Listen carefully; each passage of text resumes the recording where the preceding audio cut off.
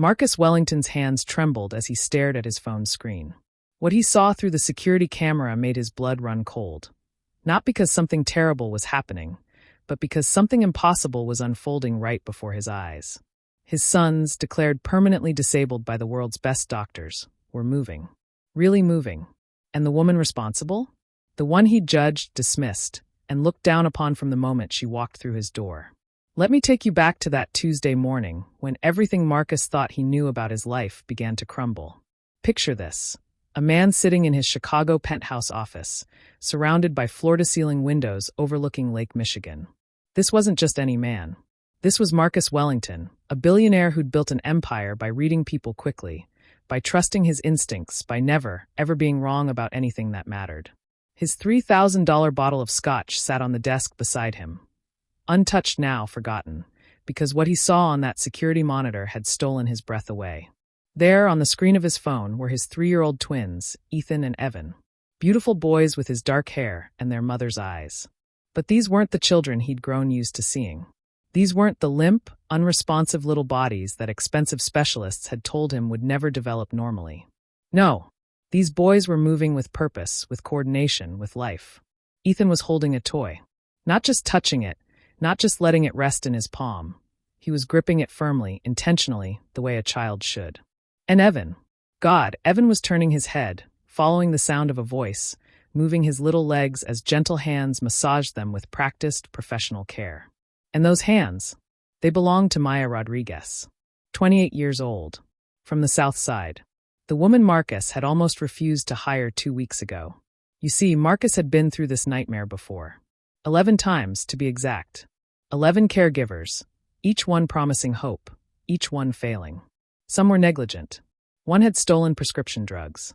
Others simply couldn't handle the reality of caring for children with severe cerebral palsy. That's what the doctors called it. Severe. Permanent. Unchangeable. 2 weeks earlier, when the agency called with their latest suggestion, Marcus had almost laughed into the phone. "Mr. Wellington," the coordinator had said nervously, "we have someone highly qualified. Maya Rodriguez. She has extensive experience with." "Where's she from?" Marcus had interrupted, already knowing he wouldn't like the answer. She lives on the South Side, but her credentials are. "You're offering me someone from the South Side to care for my sons?" The words had come out sharp, cutting. "I pay $200,000 a year for the best professionals in this country. I don't need social experiments. I need specialists. But here's the thing about desperation. It makes you do things you'd never normally do." And Marcus Wellington, though he'd never admit it publicly, was desperate. 11 failures. Thousands of dollars spent on therapies that went nowhere. Consultations with doctors who spoke in careful, devastating sentences about limitations and realistic expectations, and learning to accept the situation. So when the coordinator gently pushed back, "Sir, Ms. Rodriguez really is exceptional. Could we at least arrange an interview?" Marcus had agreed. Not because he believed it would work, but because he was running out of options. That Monday morning when Maya arrived, Marcus was waiting in the foyer, arms crossed, ready to be disappointed again. He expected nervousness. Maybe some stammering. Definitely the kind of careful deference that people from her background usually showed when entering a world of marble floors and crystal chandeliers. What he got instead made his jaw tighten. Maya Rodriguez walked in wearing simple scrubs, carrying a worn cloth bag that probably cost less than his tie. But it wasn't her clothes that irritated him. It was her smile. Wide, genuine, completely unbothered by the obvious wealth surrounding her. She didn't look intimidated. She didn't look impressed. She looked ready to work. "Mr. Wellington," she said, extending her hand with confidence. "Thank you for this opportunity. Where are my boys?" My boys. She'd called them her boys before even meeting them. Marcus led her to the nursery in silence, watching from the corner of his eye as she took in the room. The state-of-the-art medical equipment. The custom wheelchairs that cost more than most people's cars. The perfectly organized shelves of therapeutic toys recommended by the best specialists money could buy. And then Maya saw Ethan and Evan. What happened next made something uncomfortable twist in Marcus's chest. She didn't hesitate. Didn't pause to assess the equipment or ask about protocols. She walked straight to the boys, dropped to her knees so she was at their eye level, and spoke to them like they were normal children. "Hi, beautiful boys," Maya said, her voice filled with a warmth Marcus hadn't heard in that house since before. Since before the diagnosis. Since before his world turned gray. I'm Maya. We're going to have so much fun together. Ethan made a sound, not words, but something. And Maya laughed, a real, delighted laugh. Oh, you're excited. I can tell. We're going to be great friends, you and me. Marcus cleared his throat. They don't understand. They understand plenty, Mr. Wellington, Maya said, not taking her eyes off the boys. She was already gently touching Ethan's hand, her fingers moving in soft, deliberate patterns. Don't you, sweet boy? You understand everything. And Marcus could have sworn, though he told himself it was impossible, that Ethan responded. A tiny movement, barely perceptible, but there. After 5 years of failed caregivers, after installing security cameras in every corner of his home because trust had become a luxury he couldn't afford, Marcus Wellington left Maya Rodriguez alone with his sons. He went back to his office, back to his empire, back to the world where he was in control, where his judgments were never wrong, where people fit into neat categories based on addresses and last names and the schools printed on their degrees. But he kept the security app open on his phone. Because even though he'd never admit it, some small part of him wondered. What if? Now, 2 weeks later, that same app was showing him something that made the floor feel unsteady beneath his expensive Italian shoes. The twins were moving. Really moving. And Maya Rodriguez was doing something that none of the Harvard specialists, none of the renowned therapists, none of the doctors with offices overlooking Michigan Avenue had been able to do. She was bringing his sons back to life. Marcus's first instinct wasn't gratitude. It wasn't hope. It was fear. Fear mixed with something uglier. The desperate need to explain away what he was seeing, to maintain control, to prove that his judgments, his instincts, his careful categories of who deserved respect and who didn't were still correct. He grabbed his phone and dialed Dr. Harrison Bennett, Chicago's most famous pediatric neurologist, the man who delivered the original diagnosis with such careful, devastating certainty 3 years ago. Marcus, Dr. Bennett answered, his voice carrying that particular tone of patient condescension that expensive doctors perfect over decades. What can I do for you? I need you to explain something to me, Marcus said, his voice tight.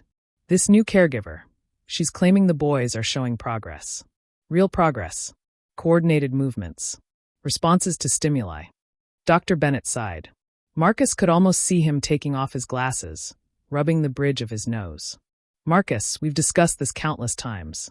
Severe cerebral palsy is not something that simply improves with alternative techniques. What you're observing, if anything, would be involuntary spasms, primitive reflexes, not actual development. But what if? Any caregiver can create false hope by misinterpreting normal physiological responses, Dr. Bennett continued, his voice taking on an edge.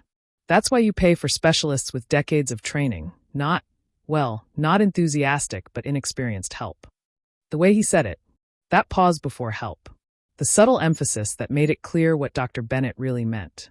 And Marcus, sitting in his office with the security footage still playing on his phone, with his sons moving in ways the doctor said were impossible, with Maya Rodriguez doing what thousands of dollars in treatments had failed to accomplish. Marcus agreed with him, because sometimes pride is more powerful than truth. Sometimes we'd rather be right than be transformed.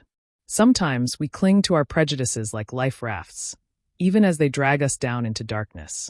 Marcus Wellington ended that call feeling reassured, feeling back in control. He had no idea that in less than a week, a woman carrying a worn cloth bag from the south side of Chicago was about to dismantle every assumption he'd ever made about competence, about worth, about who deserved his respect. And the lessons she was about to teach him? They would change everything. What Marcus didn't know, what he couldn't know yet, was that Maya Rodriguez wasn't just any caregiver. And the battle between his pride and her truth was about to explode in ways that would expose not just his prejudices, but the fragile foundation upon which he'd built his entire sense of self. The next afternoon, Marcus Wellington made a decision that would change his life forever. Though at the time, he thought he was simply protecting his sons from false hope and unqualified interference. He was about to confront Maya Rodriguez. Picture Marcus striding down the hallway of his penthouse, past the original Picasso on the wall, past the floor-to-ceiling windows overlooking Chicago's skyline. His jaw was set, his mind made up.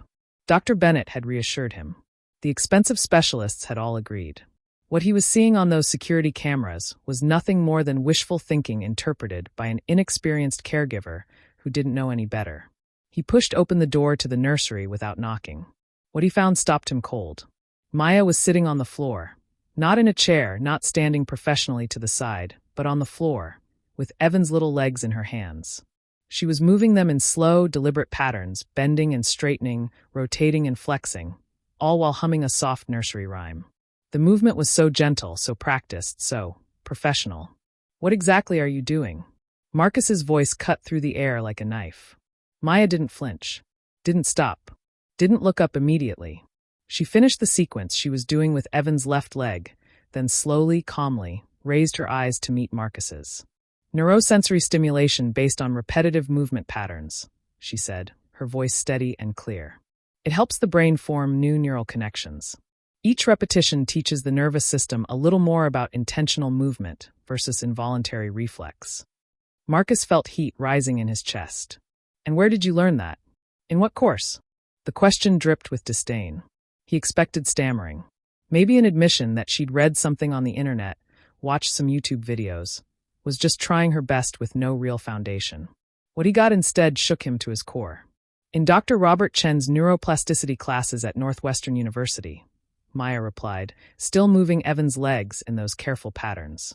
"He's published extensive research on how the brains of children with cerebral palsy can develop alternative neural pathways when properly stimulated during the critical early years of development. I studied under him for 2 years during my residency." Marcus blinked. Dr. Robert Chen. He knew that name. He'd tried to get a consultation with Dr. Chen 9 months ago. The specialist was booked solid for 2 years. People flew in from other countries to see him. He was the leading researcher in childhood neuroplasticity in the entire Midwest. "You're telling me you know Dr. Chen?" Marcus heard the disbelief in his own voice. "I was his mentee during my residency at Cook County Children's Hospital," Maya said, finally looking fully at Marcus. Her eyes were calm, clear, unwavering. "I've treated hundreds of cases similar to Ethan and Evan's. The difference is, at Cook County, we don't give up after the first diagnosis. We understand that young brains are remarkably adaptable when given the right support." The silence that followed was thick enough to cut. Marcus felt like the floor was tilting beneath him. This woman he'd judged by her address, by her worn cloth bag, by the color of her skin and the neighborhood she came from, had credentials he didn't even know existed, had worked with a specialist Marcus couldn't even get an appointment with. But here's the thing about pride. When it's wounded, it doesn't surrender gracefully. It fights back. It doubles down. It looks for any excuse to maintain the comfortable certainty of prejudice. "If you're so qualified," Marcus said, and his voice came out crueler than he intended, "why are you working as a home caregiver?" Maya's hands stilled on Evan's legs. For a moment, just a moment, something flickered across her face. Not anger. Not hurt. Something deeper. Something that looked almost like pity. "Because sometimes, Mr. Wellington," she said softly, "the people who most need help aren't the ones who can afford $500 an hour consultations in Michigan Avenue offices." She turned her attention back to Evan, resuming the gentle movements. "And sometimes," she continued, her voice barely above a whisper, "it's the parents who most need to learn about their own children's true abilities." Marcus left that room with his cheeks burning. With shame? With anger? He couldn't tell. Didn't want to know. He went straight back to his office and did what powerful men do when they feel threatened. He called for backup. "Get me Kesha Washington's complete file," he barked at the agency coordinator. "Everything. References, academic history, professional experience, certifications. I want it all. Now." The email arrived at 7 the next morning. Marcus opened it while drinking his imported Italian coffee, prepared by his personal chef, in his office that cost more than most people's houses. He was ready to find the gaps in Maya's story, the exaggerations, the resume padding that would justify his initial judgment of her. 15 minutes later, he pushed the coffee cup away. The liquid had gone cold, forgotten, because Marcus Wellington couldn't move, couldn't breathe, could barely think. Graduated magna cum laude from Northwestern University. Degree in physical therapy with specialization in childhood neurological development. 4-year residency at Cook County Children's Hospital. 3 articles published in peer-reviewed scientific journals on childhood neuroplasticity and alternative therapeutic interventions. 2 national awards for innovation in pediatric therapy. And then the reference that made Marcus's hands shake. Maya Rodriguez represents the future of pediatric neurological physical therapy. Her intuitive understanding of childhood brain development, combined with rigorous scientific methodology, makes her one of the most talented practitioners I have ever had the privilege of mentoring. Any family would be extraordinarily fortunate to have her caring for their children. Signed, Dr. Robert Chin, Director of Pediatric Neurology, Northwestern University Medical Center. Dr. Chin. The specialist Marcus had tried for months to hire. The expert whose waiting list was 2 years long. He had personally vouched for the woman Marcus had almost dismissed because of her zip code. But Marcus Wellington didn't get where he was by admitting mistakes easily. Instead of calling Maya to apologize, instead of acknowledging his catastrophic error in judgment, he called Dr. Bennett again. "I need you to examine my children today," Marcus demanded. "I want a second opinion on this so-called progress." "Marcus, we just did a complete evaluation. Just come." His voice cut off any discussion. While Marcus was building his case, preparing his defense against the terrifying possibility that he'd been completely wrong, Maya was in the nursery doing something that would change everything. She was documenting every exercise, every response, every tiny milestone that Ethan and Evan achieved. And she wasn't just keeping records for herself. She'd called her former supervisor at Cook County Children's Hospital, Dr. Patricia Williams, a renowned pediatric neurologist and Maya's mentor since college. "Dr. Williams," Maya had said during that call a week earlier, "I need you to review a case. 2 3-year-old twins diagnosed with severe permanent cerebral palsy. But I'm seeing responses that suggest the original diagnosis may have been premature." "Send me everything," Dr. Williams had replied immediately. "Videos, medical records, your progress notes. If these children are responding the way you describe, Maya, we need to document it officially." So Maya had been quietly filming 30-second clips on her phone. Ethan holding objects he'd previously dropped. Evan moving his legs with clear intention. Both boys responding to simple commands in ways their medical files said were impossible. And Dr. Williams, after reviewing the original diagnosis, had been blunt. "These reports are 3 years old, based on neurological exams done when the boys were only months old. Maya, neuroplasticity at that age. Predicting outcomes that early. It's like trying to predict the ocean by looking at a single drop of water. These doctors gave up before these children even had a chance." On Thursday afternoon, Dr. Bennett arrived with his expensive diagnostic equipment and his air of unquestionable authority. Marcus watched on the monitors as the doctor examined Ethan and Evan, waiting for confirmation that Maya was wrong, that he'd been right to doubt her. What he saw instead made his stomach drop. Dr. Bennett frowned, redid tests, checked his equipment, muttered to himself, "That's unusual. This wasn't in the previous report." Marcus rushed down to the nursery. "So you're confirming there's no real progress?" Dr. Bennett took off his glasses and cleaned them nervously. "Marcus, I have to be honest with you. There are changes here. Measurable changes. Improved muscle tone. Better motor coordination. Neurological responses that simply weren't present in the previous examinations." "What does that mean?" "It means," Dr. Bennett glanced at Maya, who stood quietly in the corner, holding one of the therapeutic toys she'd brought from her own home. "It means that perhaps we were premature in our initial assessment. Young children, especially in cerebral palsy cases, can exhibit remarkable neuroplasticity with proper stimulation. Different approaches can sometimes produce different." "Get out." The words came out of Marcus's mouth before he could stop them. "Low. Dangerous.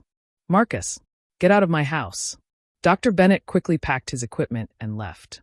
The silence that filled the nursery after the doctor's departure was suffocating. Marcus stood there, his entire worldview cracking like thin ice. This woman he'd looked down on, this woman he'd judged by her address and her worn bag, had just made one of the country's most respected pediatric neurologists admit he'd been wrong. And that meant Marcus had been wrong too. "You made me look like an idiot," Marcus said, his voice shaking with something between rage and desperation. Maya lifted her chin. "Mr. Wellington, I did my job. Nothing more.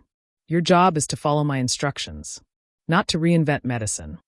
"My job," Maya said, her voice still calm but now carrying steel underneath, "is to care for your children to the very best of my ability. And that's exactly what I've been doing." Marcus felt his control slipping away, felt the comfortable certainty of his judgments dissolving. Your contract is being reviewed. Perhaps it's time we found someone more suitable. For the first time since she'd arrived, Maya smiled. But it wasn't a warm smile. It was the smile of someone who'd been underestimated their entire life and had learned to turn that underestimation into power. Mr. Wellington, she said quietly, before you make that decision, you might want to know that I've documented all of your children's progress. Day by day, exercise by exercise. And I've shared this documentation with specialists who really understand childhood neurological development.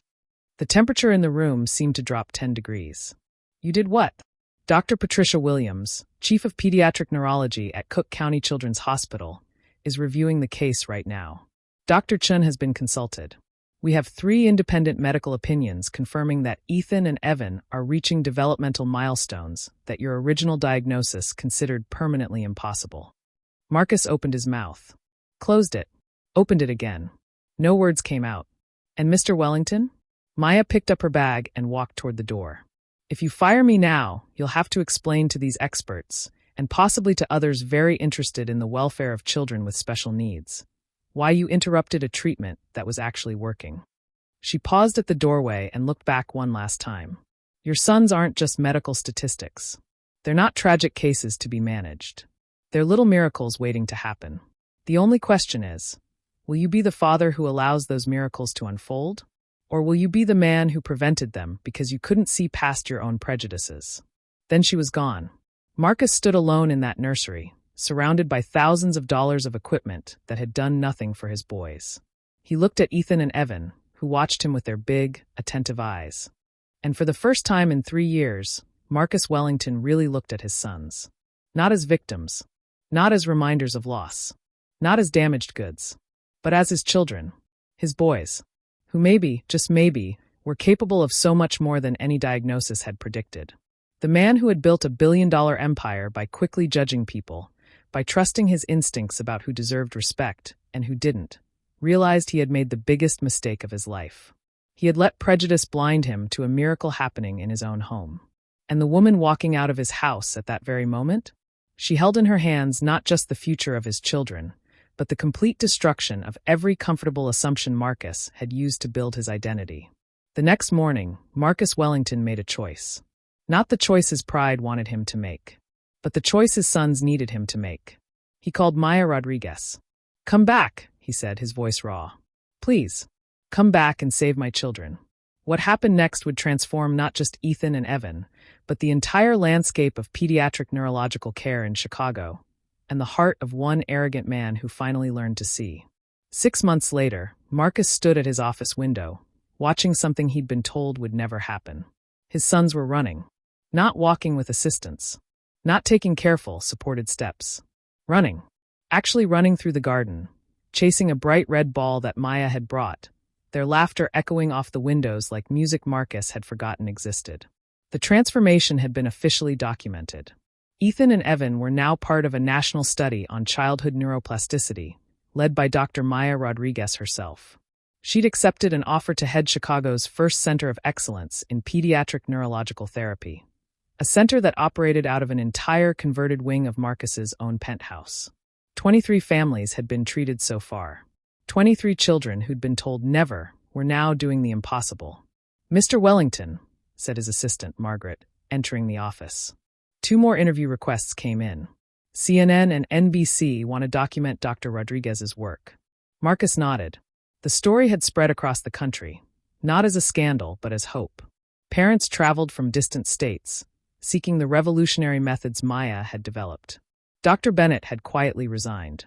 His clinic now referred complex cases directly to Maya's center. "Daddy," Ethan shouted from the garden, waving enthusiastically. "Look how fast I can run." Marcus ran down the stairs, actually ran, not walked with dignified billionaire composure, and swept both boys into his arms. "You guys are amazing," he whispered, tears streaming down his face without shame. Maya approached, smiling that same warm smile she'd had on her first day. "They've always been amazing, Mr. Wellington," she said gently. "We just needed to believe in them." "Dr. Rodriguez," Marcus said, using her proper title for the 1,000th time in 6 months. "How can I ever thank you? Keep supporting other families going through what you went through," she replied. And remember, competence, worth, and humanity, they have no color, no zip code, no last name. They have knowledge, dedication, and love. Marcus looked at his sons running free in the garden that had once been nothing but empty, expensive decoration. The man who'd built an empire judging people by appearances had almost missed the greatest miracle of his life because he couldn't see beyond his own prejudices. 6 months ago, he'd been an arrogant billionaire, controlling everything through cameras, trusting no one who didn't come with the right credentials from the right zip codes. Today, he was a father. Simply a father. Learning that true miracles happen when we abandon our prejudices and open our hearts to possibility. The lesson was burned into his soul now. Sometimes the most extraordinary people come to us disguised as exactly what we judge to be ordinary. And when that happens, we have two choices. Let prejudice blind us to the miracle, or open our hearts to be transformed by unexpected greatness. Marcus chose transformation, and his children, running free under the Chicago sky, were living proof that it's never too late to rewrite your own story. If this story touched your heart, if it made you question your own prejudices and assumptions, then Maya Rodriguez's mission is working. Because the real miracle wasn't just in Ethan and Evan's healing. It was in a man learning to see with new eyes. Learning that worth isn't measured in zip codes or skin color or the schools printed on degrees. It's measured in the quiet dedication of someone who shows up every day, who believes when others have given up, who sees miracles where others see only limitations. That's the real story.